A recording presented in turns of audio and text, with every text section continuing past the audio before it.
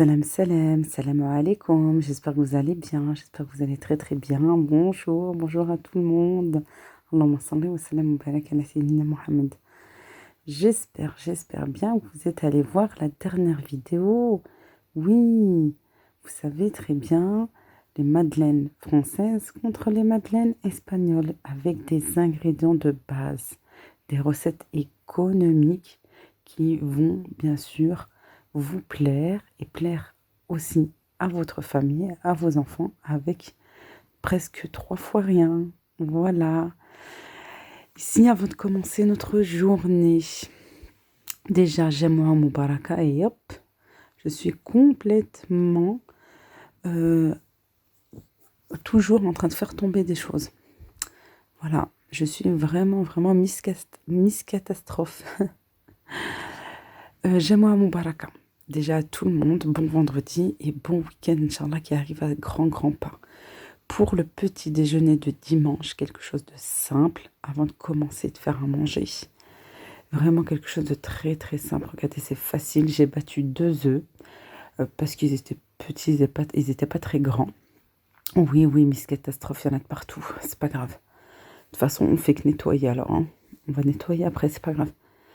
J'ai battu 2 œufs que j'ai salé, un petit peu poivré. Voilà, j'ai fait cuire comme une omelette assez fine. Et j'ai rajouté, vous avez vu, du fromage. Vous pouvez rajouter ce que vous voulez.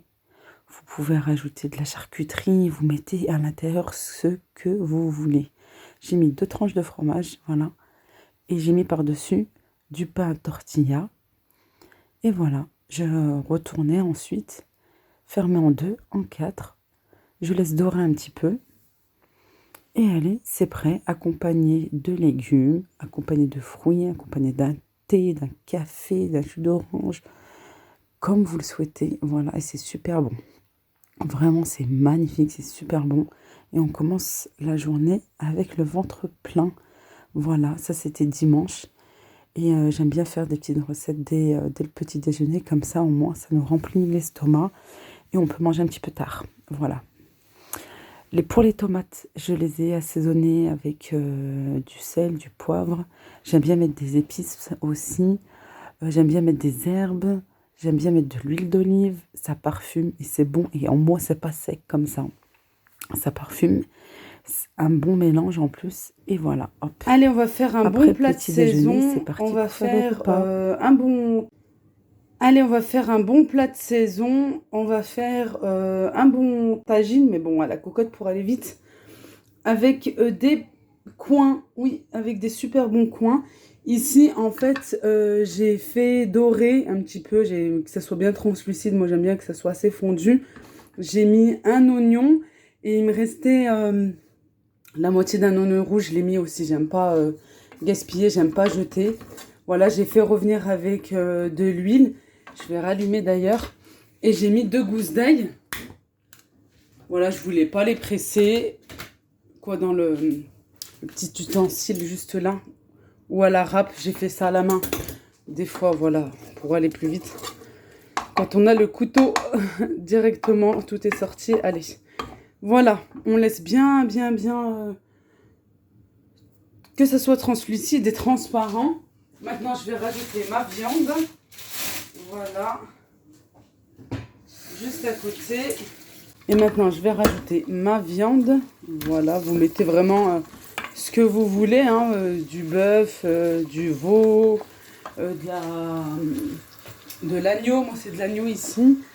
Il y en a qui mettent même du poulet. Hein. Ma belle-mère, des fois, elle le fait aussi avec du poulet. Moi, par contre, non, j'aime pas les coins avec le poulet. Je préfère avec de la viande rouge.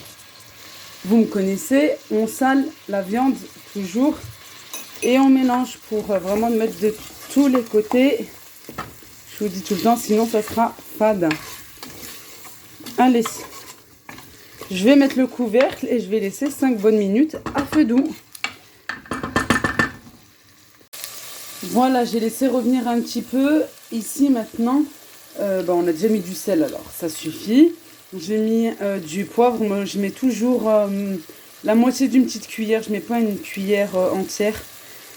Par contre, une petite cuillère à café, une cuillère à café de curcuma et de gingembre et une petite pointe de cannelle.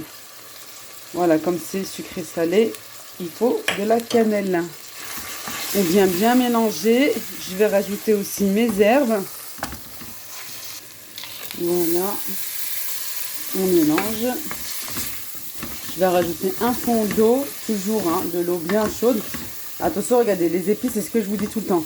Ça s'attache vite et ça peut vite brûler. Vous voyez là? Et bien, allez, vite un fond d'eau. Et bien chaud, de la bouilloire. Alors regardez, moi j'ai dû arrêter la cuisson parce que j'avais pas encore mis de l'eau chaude.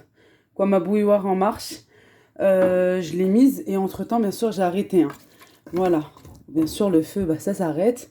Votre plaque s'arrête, hop, ça a le temps de un petit peu refroidir. Et en plus, c'est bien parce que la viande absorbe tous ces odeurs là, ces saveurs. Mais si vous avez, comme moi, pas encore mis votre bouilloire en marche, et ben vous arrêtez le feu. Mieux le faire comme ça que brûler votre repas. Voilà. Allez, j'attends que ça repart un petit peu et je vais mettre l'eau. Allez, voilà. Moi, j'ai mis la moitié de ce verre-là. Je mélange comme ceci. Voilà. Comme on dit, on récupère les sucs de cuisson. Je vais mettre le couvercle et je laisse 5 bonnes minutes. Bien entendu, à feu doux. Bon, une fois que j'ai laissé saisir, un petit peu mijoter, c'est à ce moment-là, chaque fois, je laisse 5 bonnes minutes à feu très doux. Et ensuite, je rajoute mon eau, bien sûr, mon eau bien chaude, bien bouillante, on met de la bouilloire. Je mets de l'eau suffisant.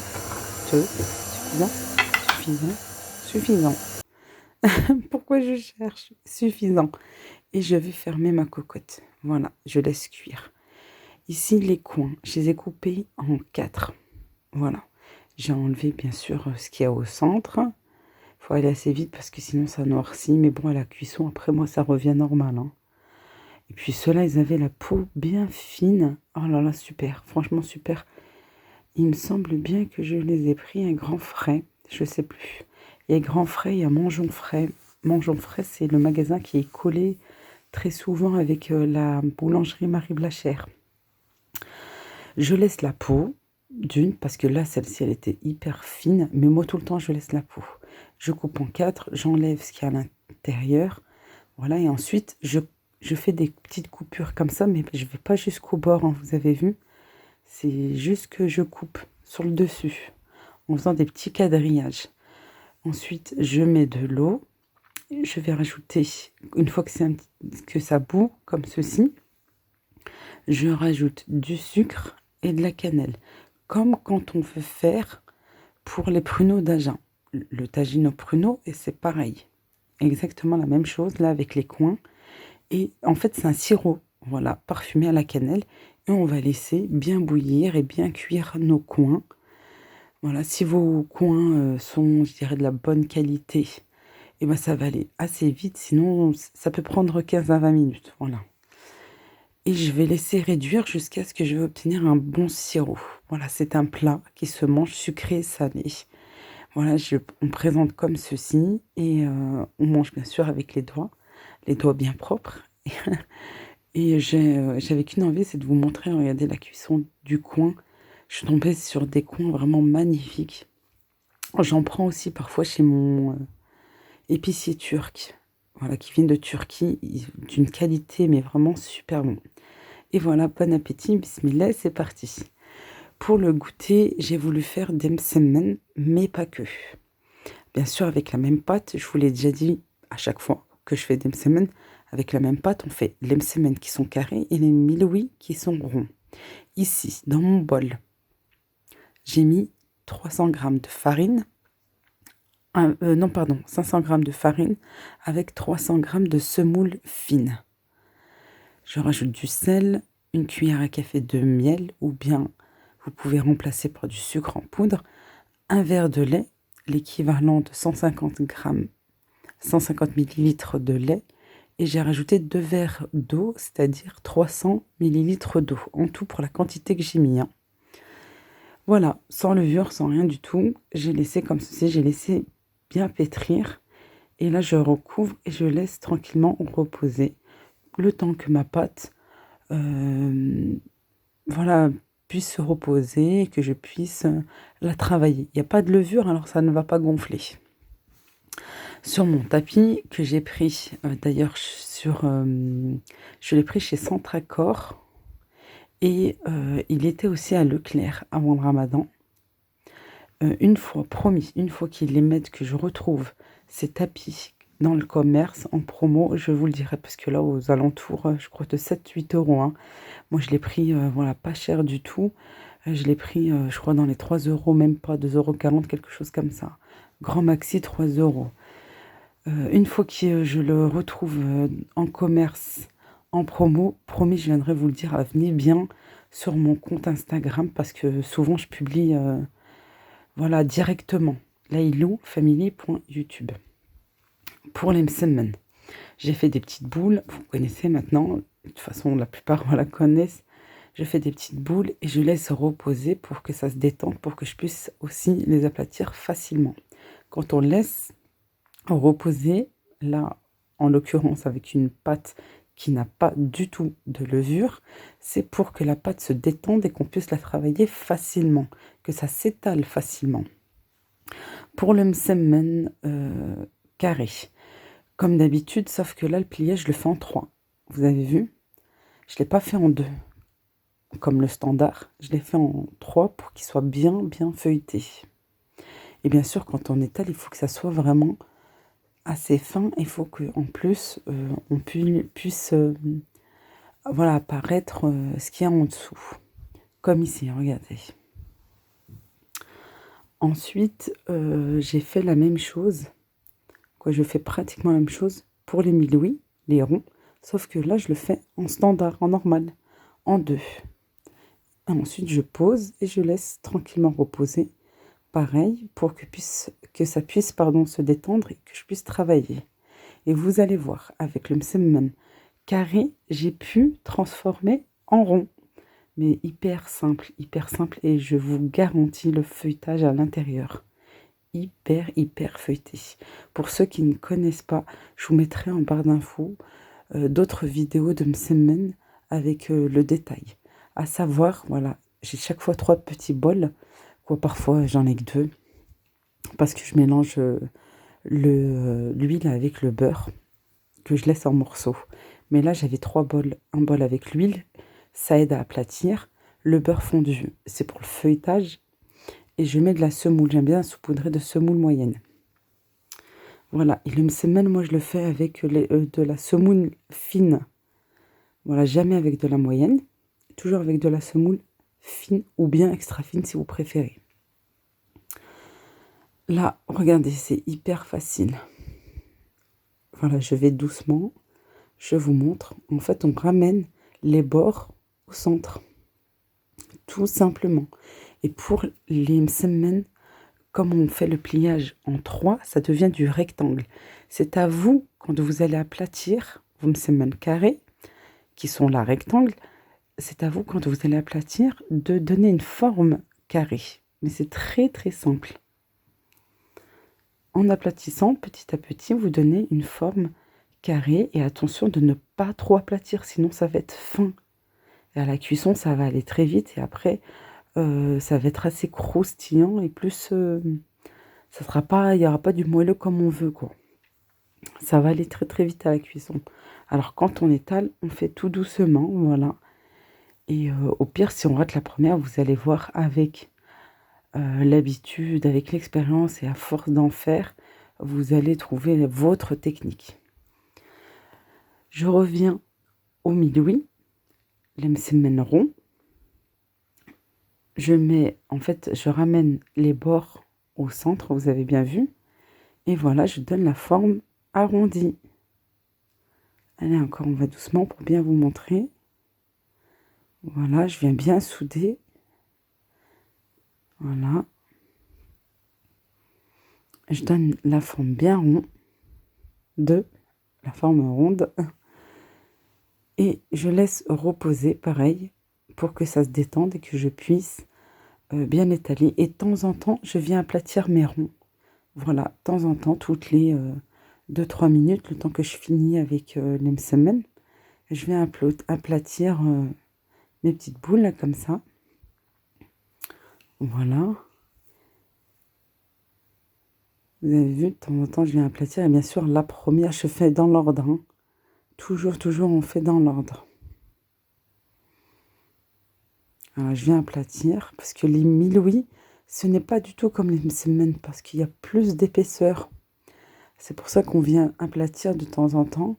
Pour encore plus détendre la pâte. Allez, maintenant, je vais vous montrer. On va procéder à l'étalage, je dirais, et aussi à la cuisson du miloui.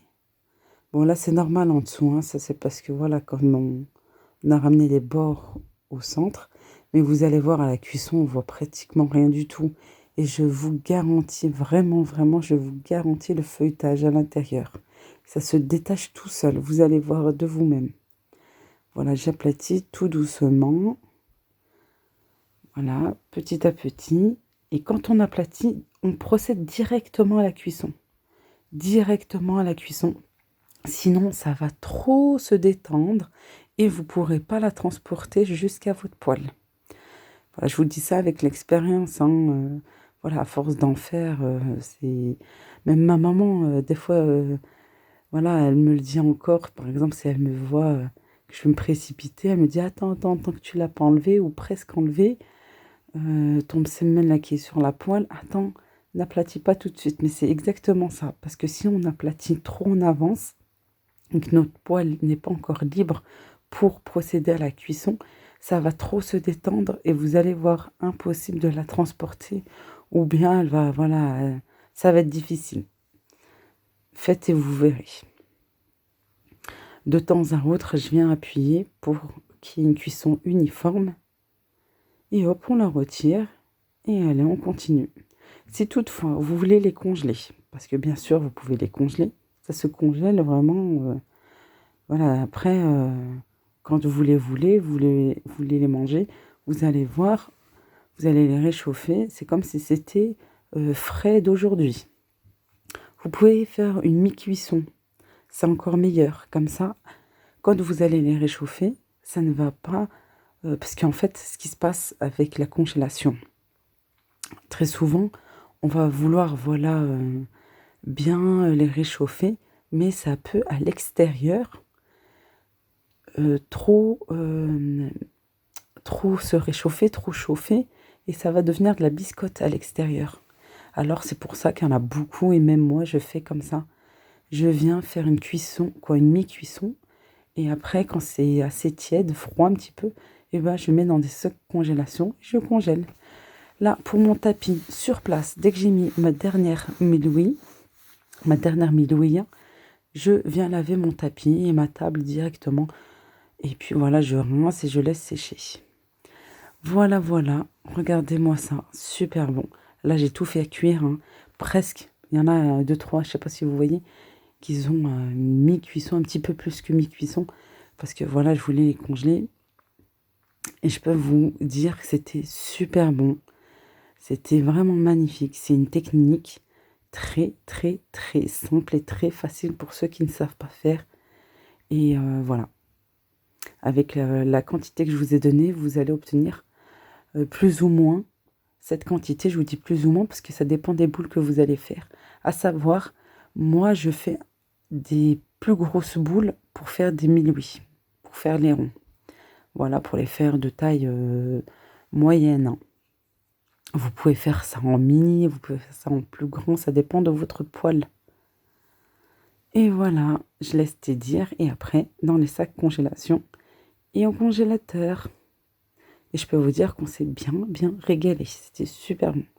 D'ailleurs, comme c'était dimanche et qu'on avait mangé le tagine au coin un petit peu tard, ça c'était pour notre goûter dîner. Comme je vous dis, j'aime bien faire ça. Voilà, c'est plus simple. 2 jours après, ça c'était mardi, je faisais les boutiques.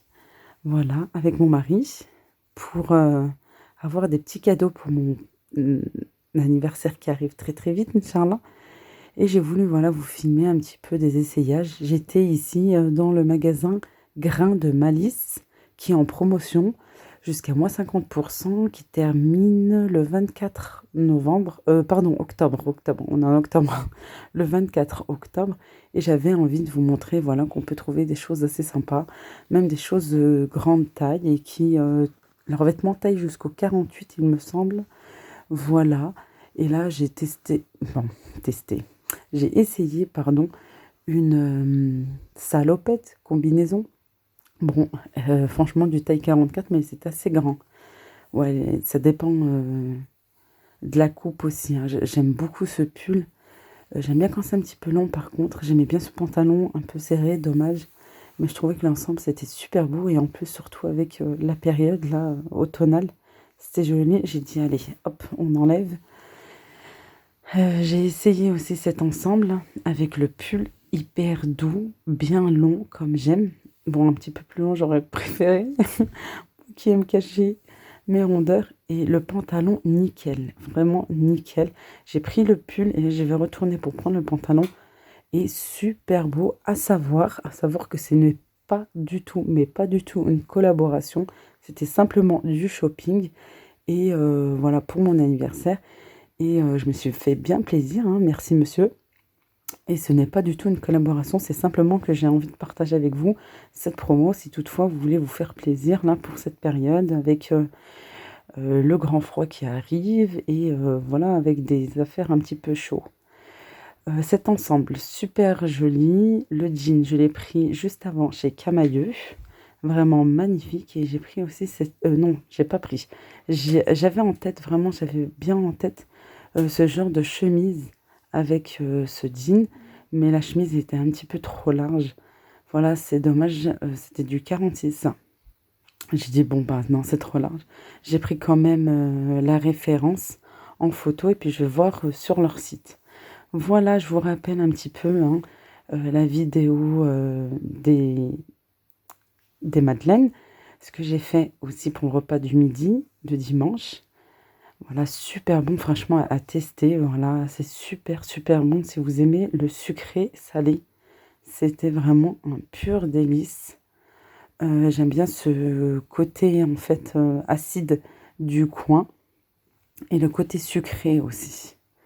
Voilà, et regardez, la sauce doit être pas trop liquide non plus, hein, attention. Et les Louis, voilà, je vous fais de gros bisous, à très vite, Inch'Allah, prenez bien soin de vous. Mouah.